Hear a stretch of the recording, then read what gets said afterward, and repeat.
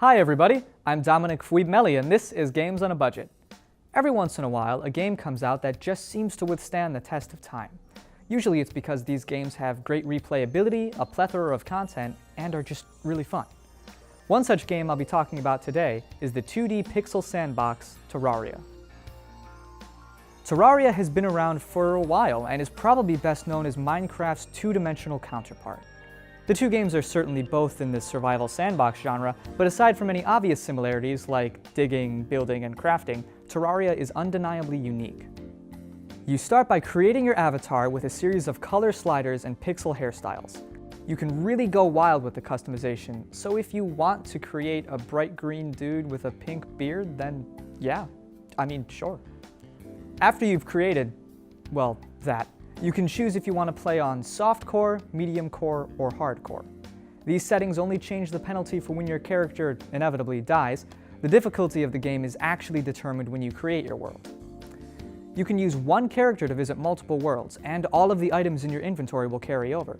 So if you happen to dislike how one was randomly generated, you could always just hop over to another. The game spawns you into the world with nothing but a set of copper tools and a random guy called the Guide. You'll be able to speak with the guide to get tips on what to do next or how to craft certain items. When you eventually create a safe house, probably to hide from the creatures that attack at the night, the guide will move in, and when you expand your base, you'll find that other NPCs make themselves at home as well. The NPCs will need separate rooms to live in, but eventually you can gather a whole town consisting of a merchant, a nurse, a demolitionist, and many more, all of which provide unique and helpful services. The progression in Terraria revolves almost entirely around what armor and weapons you're able to acquire. And there are a lot of armor and weapons. You'll start with standard gear like swords, bows, and pickaxes that slowly get upgraded. You might decide to trade your sword for a spear, or even wail on your enemies with a yo-yo. You can eventually replace your bows with any guns you find laying around, and can craft better pickaxes with the metal you find. You can even cast magic, if you find books and staves that allow you to do so.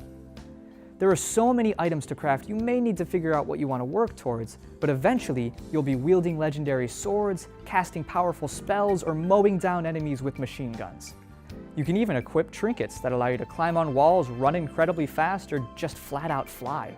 It may sound entirely too powerful, but you'll find that you need all the firepower you can get when you come across what Terraria will throw at you. Aside from progressing through weapons and armor, there exist a plethora of bosses you're able to take on in the game.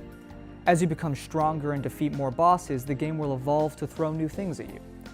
It makes a world you may have already explored in its entirety feel more fluid and alive. Terraria was released in 2011, but its developers are still putting out free patches to tweak numbers, fix bugs, and add more free content. Its most recent update made it easier than ever to play with friends through the Steam interface. It was developed by Relogic and can be found on Steam for only $9.99. Know of any good cheap games? Like what I had for you today? Be sure to tweet at ZTVGoofingOff using the hashtag GOAB. Until next time, I'm Dominic Bisley, keeping your wallets full with games on a budget.